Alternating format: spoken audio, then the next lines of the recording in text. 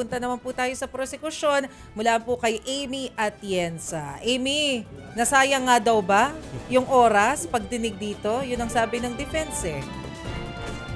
Yes, good evening, Jovi Chikimase. Para naman no sa panig ng prosecution, it was a good week. Yan din yung sinabi nila kanina no sa press conference matapos nga itong ikatlong araw ng impeachment trial laban kay Vice President Sara Duterte. Para kaya House Prosecutor Representative Isabel Zamora ay sapat naman daw kasi at sufficient no yung naging testimony nitong si JM Calilong pagdating nga dito sa video clips at sa authentication ng video clips na ipinakita mismo ng prosecution dito nga sa grave threats ang Article 4 sa impeachment case ni VP Sara. Bukod pa dyan, naniniwala din kasi si impeachment advisor at legal spokesperson Robert Ace Barbers no, na yung mga sinabi daw ni Calilong as a witness ay consistent at hindi niya nakita na nabutasan daw ng depensa yung mga naisaad ni Calilong pagdating doon sa cross-examination.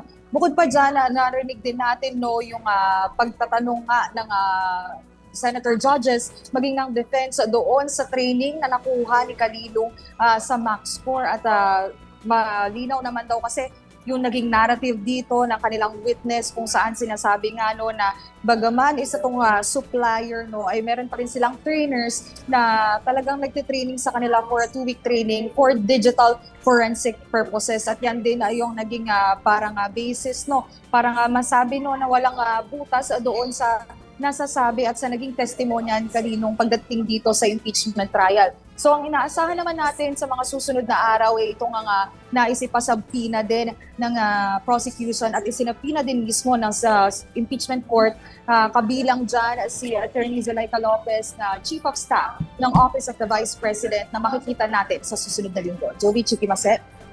So ano ba yung wisdom? Bakit ang aga nilang tinapos at hindi agad ipinresent ngayon yung second witness?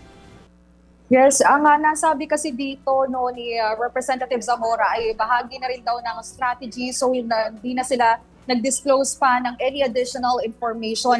At bukod pa dyan, katulad nga no nasabi ko kanina, naniniwala kasi sila na sufficient yung mga naipahayag dito ni JM Calilong para nga hindi na daw sila magkaroon pa ng redirect examination or ng recross examination doon sa kanilang witness. So yun yung naging stance nila na enough na yung mga naisiwalat at kahit yung mga naitanong mismo ng both the prosecution and defense team para nga mapatunayan no yung mga ebidensya na nailatag nila doon sa presentasyon nila pagdating dito sa grave threats. Pero tama ba, Amy, na kaya maaga din natapos ang hearing today kasi gusto nilang i-maximize yung 11 days? Tama ba yun?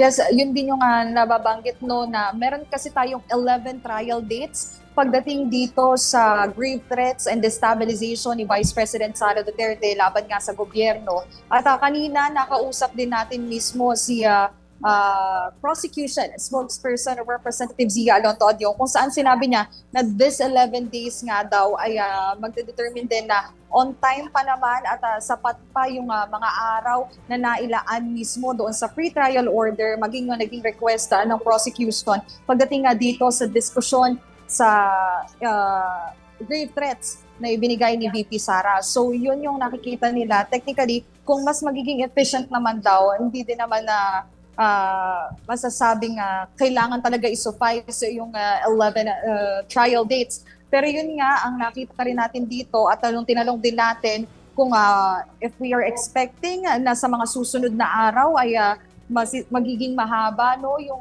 impeachment trial. Nasabi nila na depende pa rin daw yun sa ipipresenta ng prosecution at sa magiging sagot mismo ng kanilang witness at doon sa cross-examination na gagawin mismo ng defense team pagdating na ng trial kasi nakikita nga natin for the next week, one witness per day na yung ibibigay o yung ipipresenta dito ng prosecution. Okay. Sige, maraming salamat sa iyo, Amy Atienza.